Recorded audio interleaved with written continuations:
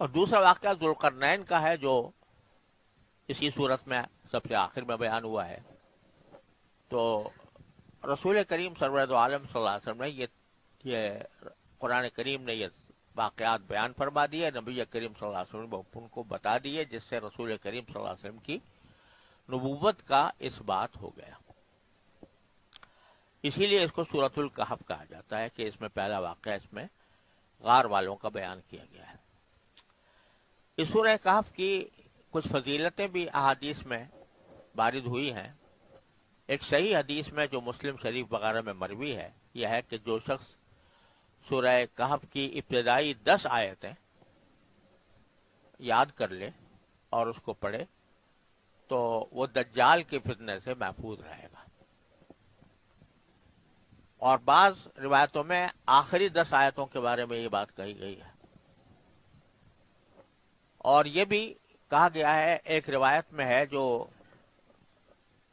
رسول کریم صلی اللہ علیہ وسلم سے تو نہیں لیکن بعض صحابہ و تابعین سے مروی ہے, کہ جمعہ کے دن سورہ کہف اگر کوئی شخص پڑھے تو اس کے لیے اللہ تبارک و تعالی زمین و آسمان میں پھیلا ہوا ایک نور پیدا فرما دیتے ہیں اور وہ اگلے جمعہ تک اس کے گناہوں کی مغفرت کا سبب بنتا ہے.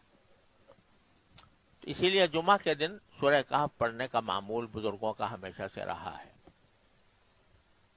اسی طرح ایک موقوف روایت میں یہ بھی ہے کہ سورہ کہف کی آخری 5 آیتیں اگر کوئی پڑھ کے سوئے تو جس وقت اٹھنے کی نیت سے وہ پڑھے گا تو اس وقت اللہ تبارک و تعالیٰ اس کی آنکھ کھلوا دیں گے. یہ فضائل بھی سورہ کہف کے وارد ہوئے ہیں اور صحابہ کرام سے مروی ہے کہ سورہ کہف کی وہ بکثرت تلاوت کیا کرتے تھے اور اس کو اپنے لیے بہت برکت اور رحمت کا ذریعہ سمجھتے تھے. اس کی جو پہلی آیت ہے سورہ کہف کی وہ شروع ہوئی ہے الحمدللہ الذی انزل علی عبدہ الکتاب, کہ تمام تعریفیں اللہ کی ہیں جس نے اپنے بندے پر کتاب نازل کی.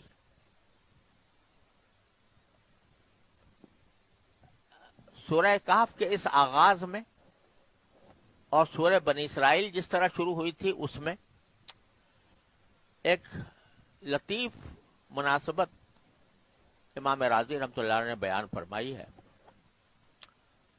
اس کے لیے پہلی بات تو یہ سمجھنے کی ہے کہ کسی بھی ذات کی جو اپنے کمالات ہوتے ہیں, ایک تو وہ ہوتے ہیں جو اس کی ذات کی اپنی صفات ہیں, اعلیٰ درجے کے اس کے اندر کمالات ہیں, تو اس کو کہا جاتا ہے یہ بڑی عظیم شخصیت ہے, عظیم ذات ہے. اور اس کا دوسرا پہلو یہ ہوتا ہے کہ اس ذات سے دوسروں کو فائدہ پہنچے, دوسروں کو اس سے نفع پہنچے, دوسرے لوگوں کے لیے وہ فائدہ مند ثابت ہو. تو یہ دوسری عظیم صفت ہوتی ہے. تو حضرت امام راضی رحمۃ اللہ علیہ فرماتے ہیں کہ یہ سورہ بنی اسرائیل یا سورہ اسراء وہ شروع ہوئی ہے سبحانہ سے, سبحان الذی اسری بعبدہ, اور یہ شروع ہوئی الحمدللہ سے. سبحان جو ہے یہ در حقیقت باری تعالیٰ کی عظمت و جلال اور اس کی ذات کے منزہ ہونے پر دلالت کرتا ہے کہ وہ اپنی ذات بڑی اعلیٰ و عرفہ ہے جو ہر عیب سے پاک ہے, منزہ ہے. وہ باری تعالیٰ کی ذاتی عظمت پر دلالت کرتی ہے. اور الحمد, حمد اس وقت ہوتی ہے جب اس ذات سے دوسرے کو فائدہ پہنچ رہا ہو. اس ذات سے کسی کو جو فائدہ پہنچا, اس کو کوئی نعمت حاصل ہوئی, اس کو کوئی علم حاصل ہوا, اس کو صحت حاصل ہوئی, تو اس پر اس ذات کے لیے کہا جاتا ہے کہ اس کے لیے شکر ہے, اس کی تعریف ہے. تو سبحان اللہ تبارک و تعالیٰ کی عظمت ذاتی کا بیان ہے, اور الحمدللہ یہ اس کی ساری کائنات کے اوپر جو رحمت برستی ہے اس رحمت کا تذکرہ ہے. تو وہاں سبحان اللہ ہے، سبحان الذی اسرا، اور یہاں الحمدللہ تمام تعریف ہے. اسی طرح نبی کریم سرورت عالم صلی اللہ علیہ وسلم کا معاملہ بھی یہ ہے کہ ایک تو آپ کو اللہ تبارک و تعالی نے تمام کائنات میں سب سے زیادہ افضل مقام عطا فرمایا. اتنا اونچا مقام کہ اس تک کوئی دوسرا تصور بھی نہیں کر سکتا. اونچا مقام عطا فرمایا، اور اس اونچے مقام کی جو معراج تھی وہ یہ کہ آسمانوں تک لے گئے، ملائے اعلیٰ تک پہنچا دیا. تو وہاں کہا سبحان الذی اسرا بعبدہ، کہ پاک ہے وہ ذات جو اپنے بندے کو راتوں رات لے گئی اس مقام تک جو ان کی عظمت و جلال کا، ان کی ذاتی خصوصیات کا سب سے اونچا مقام تھا، وہاں پر لے گئی رسول کریم صلی اللہ علیہ وسلم. وہ سرکار دو عالم صلی اللہ علیہ وسلم کی ذاتی صفت تھی. اس اونچے مقام تک کوئی دوسرا پہنچ نہیں سکتا جس پر اللہ نے ان کو پہنچایا.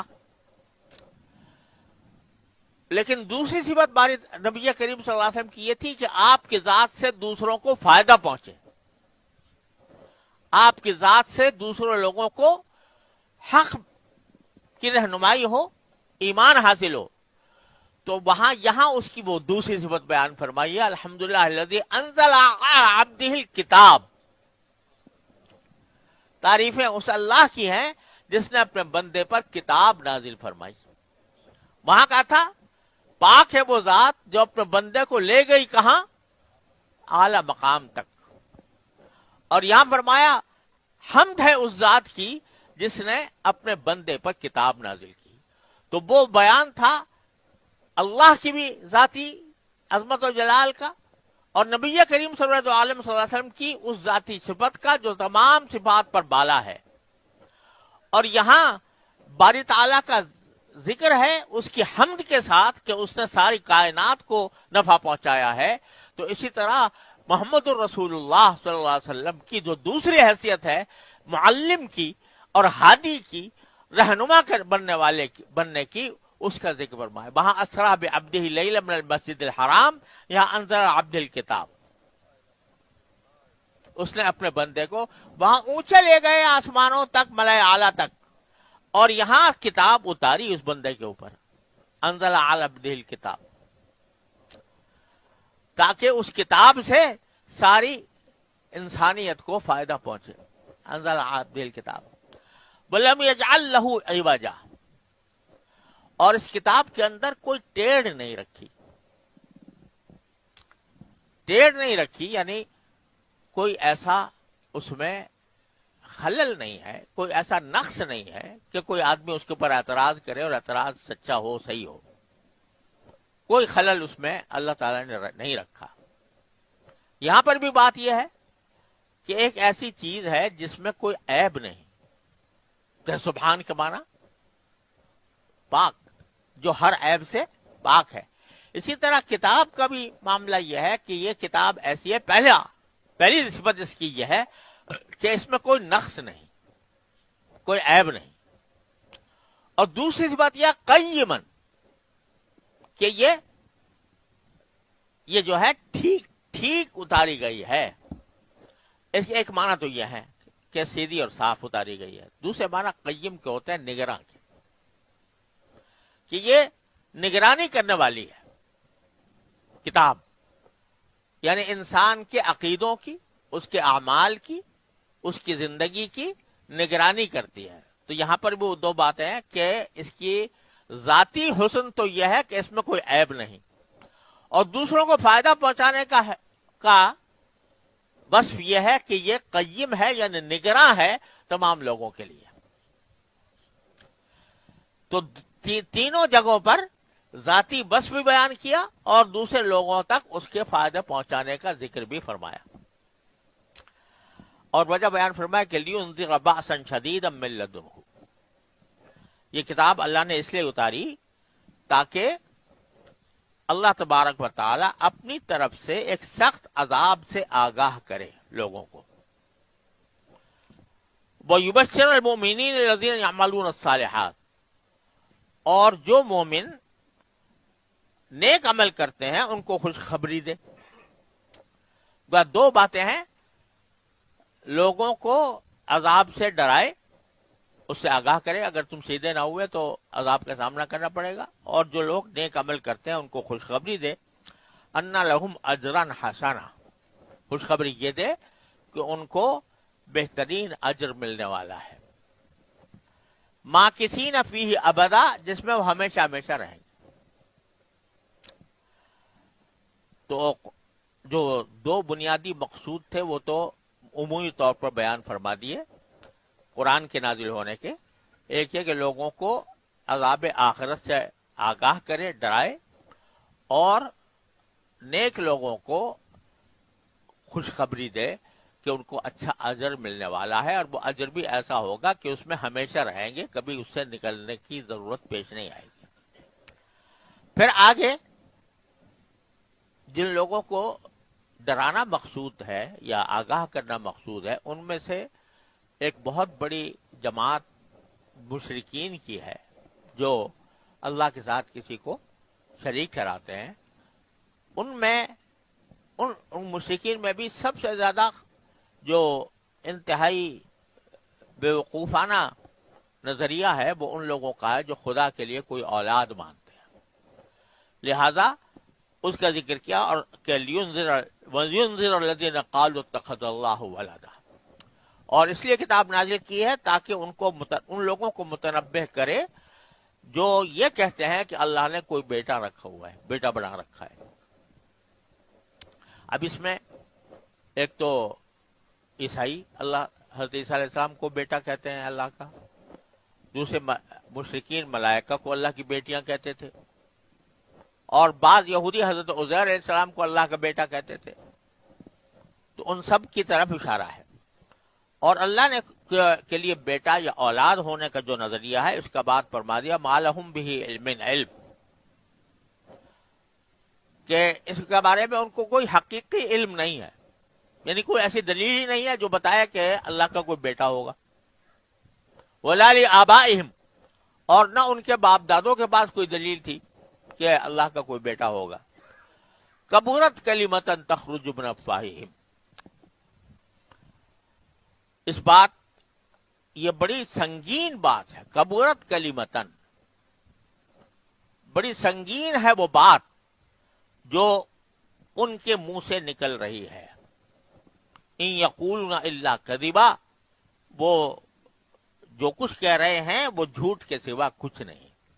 جو لوگ یہ کہتے ہیں کہ اللہ کی کوئی اولاد ہے، چاہے بیٹا کہیں چاہے بیٹیاں کہیں، چاہے اس کی کسی بھی اولاد کی، کسی قسم کی اولاد کی نسبت اللہ تعالیٰ کی طرف کریں، یہ سب جھوٹے ہیں. فَلَعَلَّكَ بَاخِعٌ نَفْسَكَ عَلَىٰ آثَارِهِمْ، یہ سارے اتنی اللہ تعالیٰ کی عظمت و جلال کے بے شمار مظاہر دیکھنے کے باوجود یہ لوگ جو شرک کا ارتکاب کر رہے ہیں، اس سے نبی کریم صلی اللہ علیہ وسلم کو سخت صدمہ ہوتا تھا. تو قرآن کریم جگہ جگہ نبی کریم صلی اللہ علیہ وسلم کو تسلی دیتا ہے کہ آپ جو ان کے غم میں گھل رہے ہیں آپ اتنا غم نہ کریں. یہاں تک یہ فرمایا فَلَعَلَّكَ بَاخِعٌ نَفْسَكَ. تو اب اگر لوگ اس بات پر ایمان نہیں لا رہے تو لَعَلَّكَ بَاخِعٌ نَفْسَكَ ایسا لگتا ہے کہ تم افسوس کر کر کے ان کے پیچھے اپنی جان کو گھلا بیٹھو گے. ایسا پیار کا جملہ اللہ تعالیٰ نے نبی کریم صلی اللہ علیہ وسلم کے لیے استعمال فرمایا کہ اتنا تمہیں افسوس ہو رہا ہے ان کی باتوں پر کہ اس صدمے کو لے کر ایسا لگتا ہے کہ صدمے میں تم اپنی جان کو گھلا دو گے.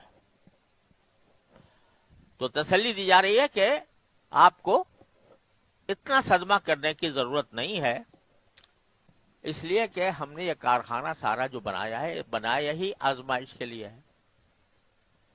آزمائش کا ہی لازمی نتیجہ ہے کہ کچھ لوگ صحیح راستے پر جائیں، کچھ غلط راستے پر جائیں۔ آزمائش میں کوئی امتحان میں کامیاب ہوتا ہے، کوئی ناکام ہوتا ہے۔ تو اگر ناکام ہو رہے ہیں یہ لوگ اس آزمائش میں، تو اس میں آپ کو صدمے سے اپنی جان گھلانے کی ضرورت نہیں ہے۔ اور جیسے پیچھے سورہ ہجر کی آخر میں گزرا کہ نبی کریم صلی اللہ علیہ وسلم اللہ تعالیٰ نے فرمایا کہ وَلَقَدْ نَرَاكَ وَلَقَدْ نَعْلَمُ أَنَّكَ يَضِيقُ صَدْرُكَ بِمَا يَقُولُونَ، ہمیں خوب اچھی طرح پتا ہے کہ آپ کا دل تنگ ہوتا ہے ان باتوں سے یہ بناتے ہیں۔ تو اس کا علاج بھی بتایا فَسَبِّحْ بِحَمْدِ رَبِّكَ، آپ تو اپنے اللہ سے تعلق قائم کیجئے، تسبیح حمد میں لگ جائیے۔ تو یہاں پر بھی اللہ تبارک و تعالیٰ نے فرمایا کہ یہ جو باتیں آپ کے سامنے کر رہے ہیں کفر اور عناد کی باتیں، اس میں آپ اپنی جان کو نہ گھلائیں۔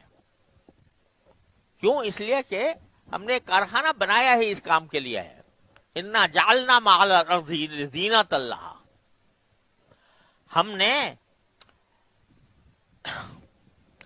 یقین جانو کہ روئے زمین پر جتنی چیزیں ہیں ہم نے انہیں زمین کی سجاوٹ کا ذریعہ اس لیے بنایا ہے تاکہ لوگوں کو آزمائے۔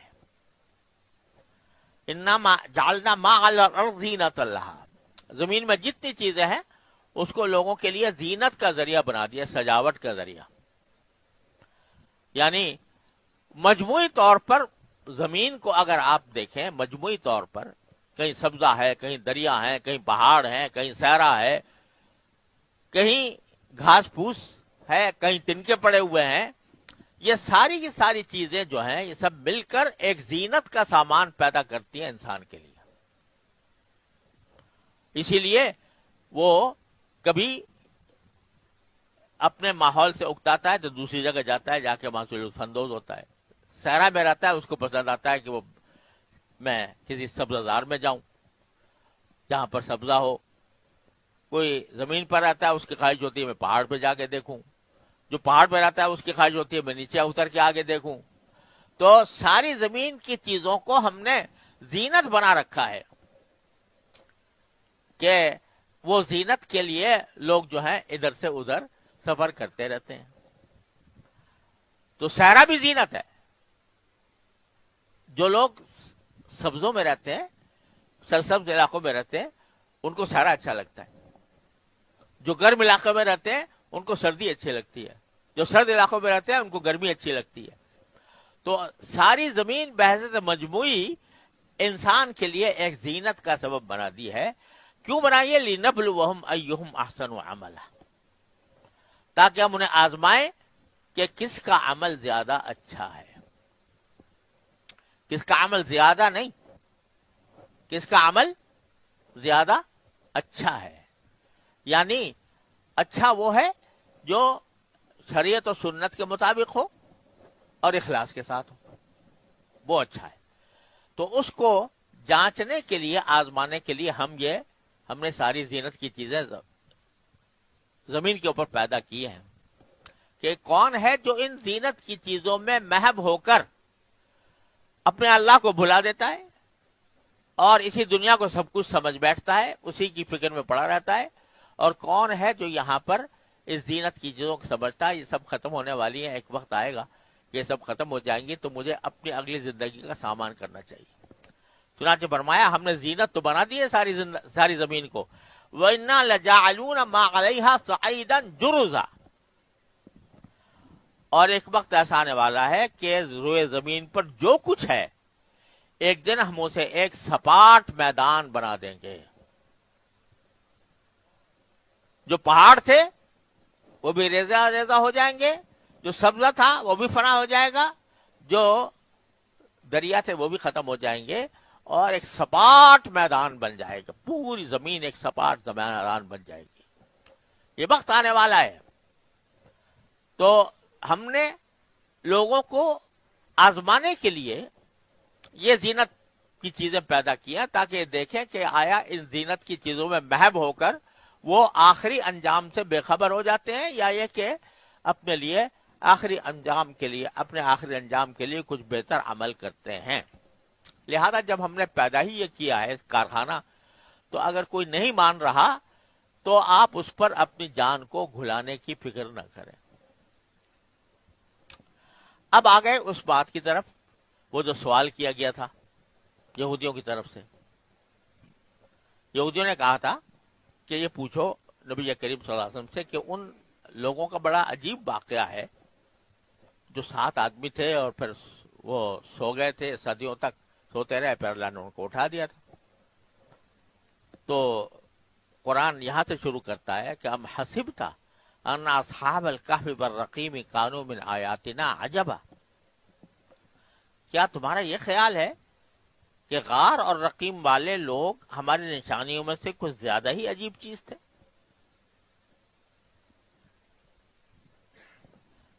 یعنی انہوں نے کہا تھا بہت عجیب واقعہ ہوا ہے. تو عجیب جو انہوں نے کہا تھا اس نقطے سے کہا تھا کہ دنیاوی عقل سے ماورا نظر آتی ہے بات, اس لیے اس کو عجیب کہا تھا. تو قرآن کہہ رہا ہے کہ کیا تم یہ سمجھتے ہو کہ وہ بہت عجیب واقعہ تھا؟ ارے بھائی اللہ کی قدرت کے آگے تو کوئی چیز بھی عجیب نہیں ہے. تو کیا تمہارا خیال یہ ہے کہ غار والے لوگوں کا ہماری نشانیوں میں کچھ زیادہ عجیب چیز تھی؟ مطلب یہ کہ اتنی زیادہ عجیب چیز نہیں تھی. اللہ کی قدرت سے کوئی چیز بھی عجیب نہیں ہوتی. اصحاب الکہف تو کہا تھا, اصحاب الکہف کے معنی غار والے, ساتھ میں بررقیم, رقیم کا اصحاب الکہف بررقیم. یہ رقیم کیا ہے اس کے بارے میں بہت سے مفسرین نے تو یہ کہا کہ رقیم اصل میں کہتے ہیں لکھی ہوئی چیز کو, مرقوم کے معنی میں ہے. تو جن لوگوں کو بعد میں اصحاب کہف کے واقعے کا علم ہوا تھا انہوں نے ایک تختی ان کے یادگار کے طور پر بنا دی تھی کہ جس میں لکھا ہوا تھا کہ یہ لوگ تھے جو یہاں پر سوتے رہے اور پھر بعد میں یہ بیدار ہوئے, اور تو ان کے نام لکھے ہوئے تھے. اس تختی کو رقیم کہا جاتا ہے جس پر یہ نام لکھے ہوئے تھے. اور بعض نے یہ بھی کہا کہ یہ رقیم اس بستی کا نام تھا جس بستی میں یہ غار واقع تھا. اس کے بارے میں بڑی مورخین نے بہت جغرافی والوں نے مورخین نے کہ کہاں تھا یہ واقعہ, کہاں ہوا تھا. تو کسی نے کہا اندلس میں, کسی نے کہا ترکی میں, افسوس ایک جگہ ہے اس کے بارے میں کہا گیا تھا. اور اب حال میں جو ذرا کچھ زیادہ نسبتاً آثار کے لحاظ سے نسبتاً زیادہ قریب بات معلوم ہوتی ہے وہ یہ کہ عمان اردن کے شہر عمان کے قریب ایک غار ملا ہے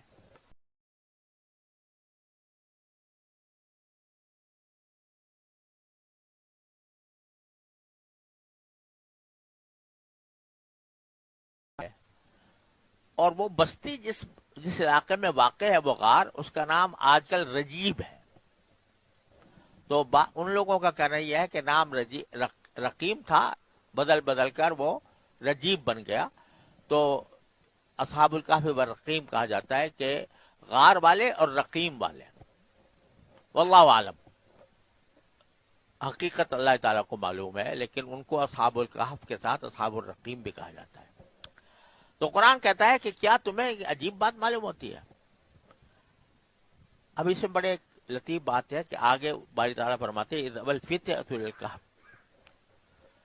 جب یہ نوجوان غار کی طرف انہوں نے پناہ لی, غار کے میں پناہ لی ان نوجوانوں نے, اور فقالو, اور دعا کرتے ہوئے کہا تھا ربنا آتنا من لدنک رحمہ, کہ ہمارے پروردگار ہم پر خاص اپنے پاس سے رحمت نازل فرمائیے.